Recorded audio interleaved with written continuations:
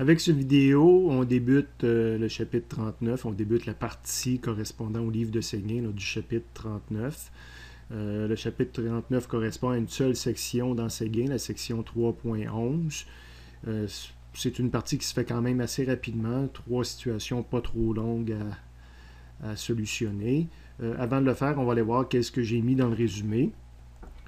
Le résumé du chapitre 39 ne tient que sur une page. Je vous invite à ouvrir le livre de Séguin à la page 287 pour comparer mon résumé avec l'aperçu du chapitre de Séguin. J'en offre un petit peu plus dans le résumé ici. Je vous rappelle que maintenant, on va étudier rapidement le courant alternatif. Donc, on n'a plus un potentiel constant, mais un potentiel qui varie en fonction du temps. Donc, ici, on a une courbe de la force électromotrice fournie par la source en fonction du temps. Fait qu'on voit qu'on ne fournit pas, par exemple, toujours un 12 volts constant, mais qu'on fournit un voltage qui varie en fonction du temps et qui varie comme une sinus. Donc, si on veut tracer le E en fonction du temps, son équation est donnée ici. Donc, le E max, c'est la valeur, l'amplitude maximum du signal. Le sinus représente ma sinusoïde ici. Et à l'intérieur, on va retrouver la fréquence fois le temps, 2πf fois t.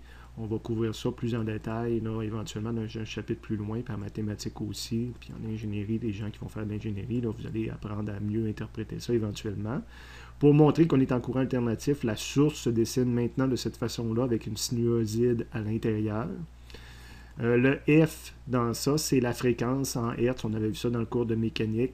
La fréquence étant l'inverse de la période. La période d'un sinus, c'est le temps entre deux mêmes endroits du sinus. Donc, en termes de secondes, là, combien ça prend de temps pour revenir, exemple, 2 fois au maximum. Et ce que j'ai expliqué en classe, ce que je répète ici, c'est que ça pourrait être compliqué d'étudier une sinusoïde comme ça. Mais bien souvent, on va se contenter d'utiliser ce qu'on appelle la force électromotrice efficace ou le courant efficace, qui correspond à la force électromotrice maximum ou au courant maximum divisé par radical 2. Donc, un coup qu'on connaît ce courant efficace-là, les problèmes se résolvent comme si ce serait un courant efficace constant. Ce n'est pas le cas, mais on arrive au même résultat et au bon résultat lorsqu'on fait ça. Donc, dans Séguin, on explique un peu plus, là, on justifie l'aspect mathématique qui nous permet de faire cette affirmation-là et d'utiliser ces courants efficaces-là.